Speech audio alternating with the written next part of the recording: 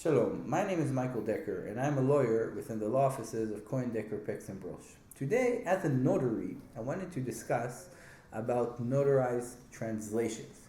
And specifically, I wanted to discuss about the difference between a notarized authorization of a translator's affidavit and a notarized translation. Those are two different things. A notarized authorization of a translator's affidavit is basically a notary that's authorizing an affidavit of a translator. They translated the document from a language he knows to another language he knows. This document, in the end of the day, will have a nice red ribbon of a notary and can even have an apostille stamp. And many government offices in Israel and around the world accept this type of notarized translation, which is basically an authorization of an affidavit of a translator.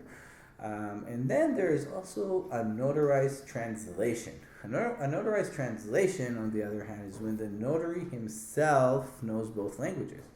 And it's very important to distinguish between the two because some government offices insist on a notarized translation and they do not accept an authorization of an affidavit, a notarized authorization of an affidavit of a translator, such as the Interior Ministry, for example.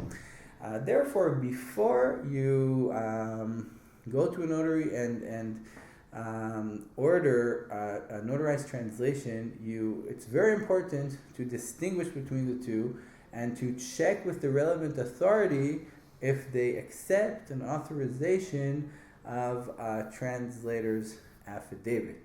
In addition, it's important to note that some languages in Israel hardly exist. For example, I'm not sure that many notaries in Israel speak Thai, for example, or Hindi, or many various languages that are not so common. So sometimes there is no other option other than to provide a notarized authorization of a translator's affidavit, which is probably also the reason that this option even exists. But anyway, it's important to note the difference, and it's important to understand what you're ordering when you're basically paying for this relevant service. I hope that this information was clear and helpful, and please feel free to contact us with any question you may have.